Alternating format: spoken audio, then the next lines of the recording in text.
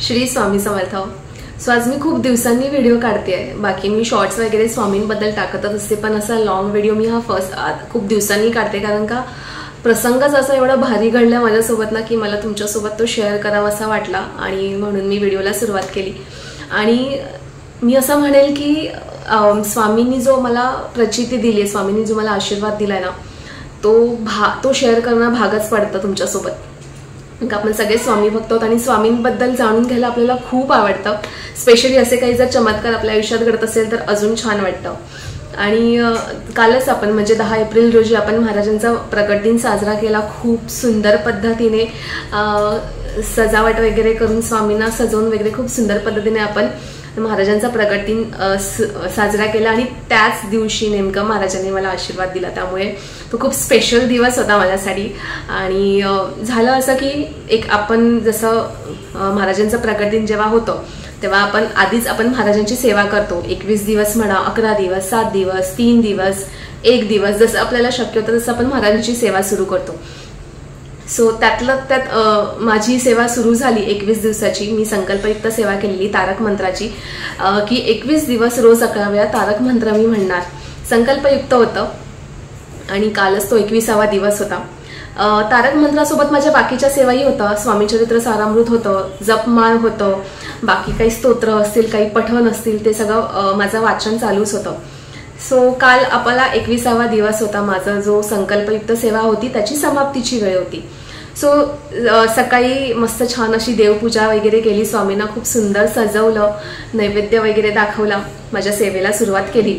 आणि आधी मी सगळं वाचून घेतलं, म्हणजे स्वामीचरित्र सारामृताचा पाठ वाचून घेतला, त्याच्यानंतर काही स्तोत्र वगैरे होते, रामरक्षा स्तोत्र वाचून घेतलं, श्री सुक्त, पुरुष सुक्त, हे सगळं वाचून घेतलं। आणि त्याच्यानंतर शेवटी मी तारक मंत्र जो माझा 21वा जो होणार होता तो मी सुरुवात केली।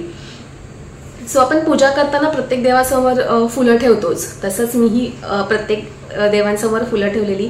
स्वामीचरित्र सारामृताचं जे पुस्तक होतं ना, तिथेही स्वामींच्या चरणापाशी मी फूल ठेवलं होतं। आणि झालं असं की जसं मी तारक मंत्र म्हणायला सुरू केलं, 11व्या तारक मंत्रावर जशी मी आली ना, तसं त्या स्वामीचरित्र सारामृताचं जे पुस्तक आहे तिथे जे फूल होतं ना ते माझ्या समोर पडलं। आणि मी सांगू नाही शकत की तो क्षण एवढा भावूक होता, म्हणजे लिटरली माझ्या डोळ्यात पाणी आलं। म्हणजे माझं असं झालेलं की म्हणजे मी काय बोलू आणि काय नाही, लिटरली म्हणजे बोलतो ना आपण, काही क्षणासाठी असं वाटलेलं की बाबा एक नक्की खरं आहे का, कारण का मी जी काही सेवा केली आहे ती महाराजांपर्यंत पोचली याचा असा अर्थ होतो असं मला वाटलं। आणि खूप भावूक झालेली, खूप रडत होती। ते रडता रडताच मी 11वा तारक मंत्र म्हणाले, स्वामींच्या चरणाशी पडले, स्वामींना मुजरा केला, स्वामींचे खूप खूप आभार मानले की मी ही जी काही 21 दिवसाची सेवा केली ना स्वामी, ती सार्थक झाली आणि मला त्याचं फळ तुम्ही मिळालं। कारण का खरं सांगू का, या 21 दिवसात माझ्याकडनं थोड्याफार चुका झालेल्या आणि मी प्रत्येक वेळेला स्वामींकडे म्हणायची की स्वामी आज ही चूक झाली, माफ करा म्हणून। आणि मला असं वाटतं की स्वामींनी ती चूक माफ केली, नाहीतर मला हे फळ मिळालं नसतं। आणि खूप आनंद झालेला जेव्हा असं काही घडतं ना आपल्या बाबतीत, आपण जी काही सेवा करतो ती स्वामींपर्यंत पोचते आणि स्वामी असे काही चमत्कार करतात ना आपल्यासमोर, खूप भारी वाटतं माहितीये। असं मला कालपासून झालेलं की कधी मी तुमच्यासोबत शेअर करते वगैरे। आणि अजून एक महत्त्वाची गोष्ट सांगू का, म्हणजे तुम्हाला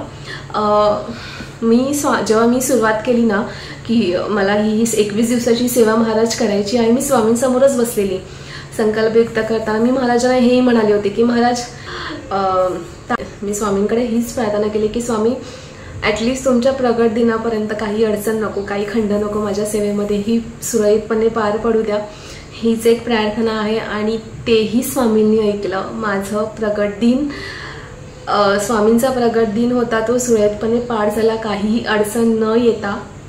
आणि त्यामुळे मी असं म्हणते की आपण जे मनापासून स्वामींकडे मागतो ना, स्वामी ते ऐकतात। तुमची इच्छा असेल ना तर स्वामी ती आपल्याकडनं सेवा करून घेतात। तुम्हाला काय सांगू, म्हणजे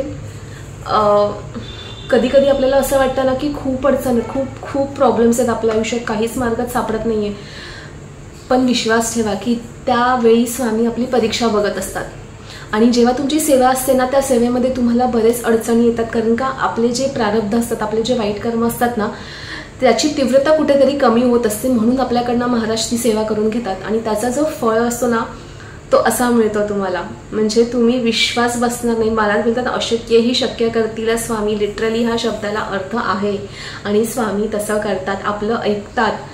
पण आपलं पण तेवढं कर्तव्य आहे की आपण ते मनापासून स्वामींना ती महाराजांची सेवा केली पाहिजे. महाराजांना आपल्याकडनं काही नको आहे, तुम्ही लाखोचे दागिने वस्त्र वगैरे करा, काही नको आहे. काय भले भले मोठे असे प्रसाद वगैरे द्या, महाराजांना ते काही नको आहे. महाराजांना फक्त त्यांची सेवा, मनापासून केलेली सेवा महाराजांना प्रिय आहे. जे गरजू आहे त्यांना मदत करा, ती सेवा महाराजांना प्रिय आहे. बाकी महाराजांना काही नको आहे आपल्याकडनं. सो हाच अनुभव मला तुमच्यासोबत शेअर करायचा होता.